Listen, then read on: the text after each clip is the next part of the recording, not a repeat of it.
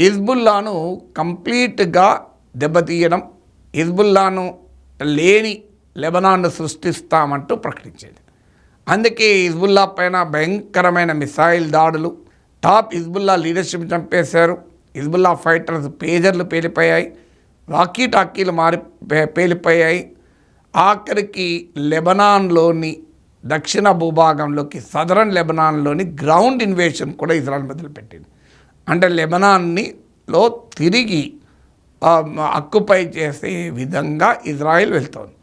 అలా Lebanon, south లెబనాన్లోంచి హిజ్బుల్లాను లేకుండా చేయడం ద్వారా తమకు బార్డర్లో సెక్యూరిటీ గ్యారంటీ ఇచ్చుకుంటామన్నది ఇజ్రాయెల్ వాదన. అందువల్ల తమ పౌరులు ఇళ్లకు రావడమే కాదు, హిజ్బుల్లా లేని లెబనాన్ను సృష్టిస్తాం అనేది ఇజ్రాయెల్ రెండవ లక్ష్యం.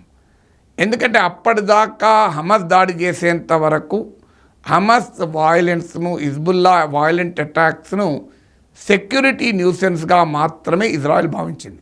ఇదేదో తాపకోసా దాడులు చేస్తారు, వాళ్ళని తిప్పికొడుతుంటామని. కానీ ఇజ్రాయెల్ రక్షణ వ్యవస్థల్ని ఛేదిస్తూ హమస్ చరిత్రలోనే కనిగి విని ఎరగని దాడి చేయడంతో ఇజ్రాయెల్ దీన్ని తమ ఎగ్జిస్టెన్షియల్ క్రైసిస్గా భావించింది. అంటే తమ ఉనికికే ప్రమాదం ఏర్పడుతుంది అనే రీతిలో రియాక్ట్ అవ్వడం మొదలుపెట్టింది.